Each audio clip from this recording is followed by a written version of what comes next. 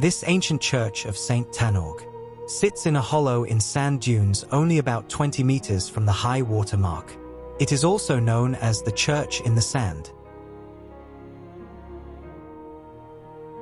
The church is a Grade 1 listed building.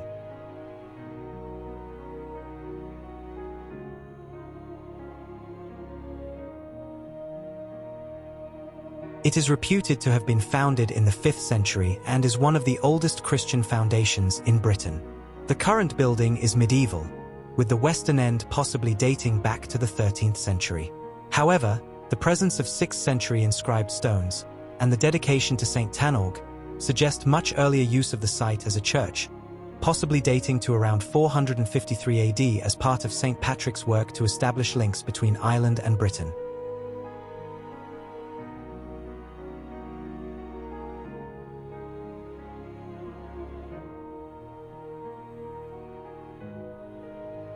St Tanwg's was extended to the east, including a tall east window and the addition of a rood screen in the 15th century. The church was restored in the 17th century when windows were rebuilt and changed. This was also probably when a choir loft was removed and floor beams moved to the back of the church. The first recorded incumbent for the parish was Rector Thomas Humphrey in 1662. When a new parish church was constructed in 1841, the 15th century font, bell and other furnishings were removed and the old building fell into disrepair.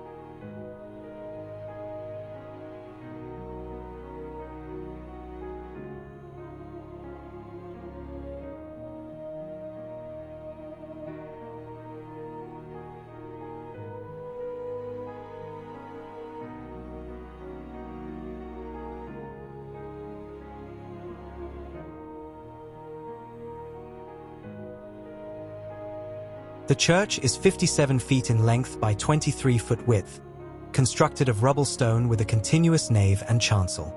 The nave is circa 13th century. The chancel was extended in the early 15th century and featured an unusually tall east window. It retains its original roof structure, including 3 eastern arch-braced collar beam roof trusses. They were later sealed with wood boards, on which wall paintings were recorded. The sketch showed the symbols of the evangelists and an opposed angel and cheerful devil. An oak rood screen was installed, probably in the 15th century. Its top beam remains in place and there are some remains of a later western gallery. The floor of the church was flagged in 1786 and, 3 years later, the medieval paintings were lost during replastering and repainting of the walls.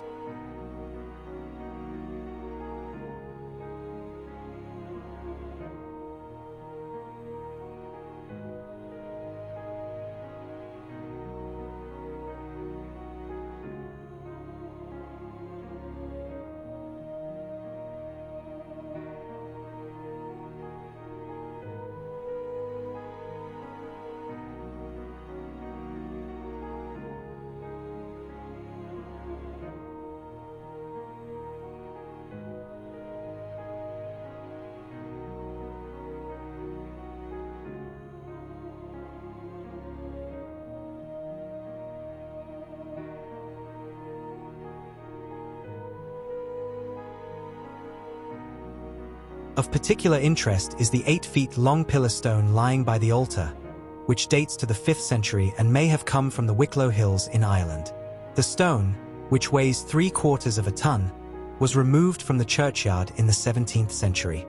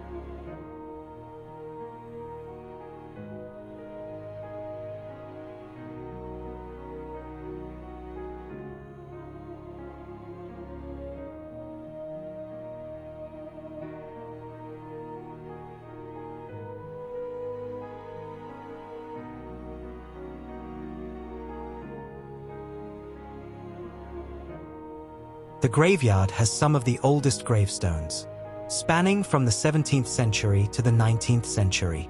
Also buried in the churchyard lies the grave of the Welsh poet, Sion Phillips, a contemporary of Shakespeare, who lived at nearby Shell Island. He was drowned whilst crossing from Shell Island to the mainland in 1620.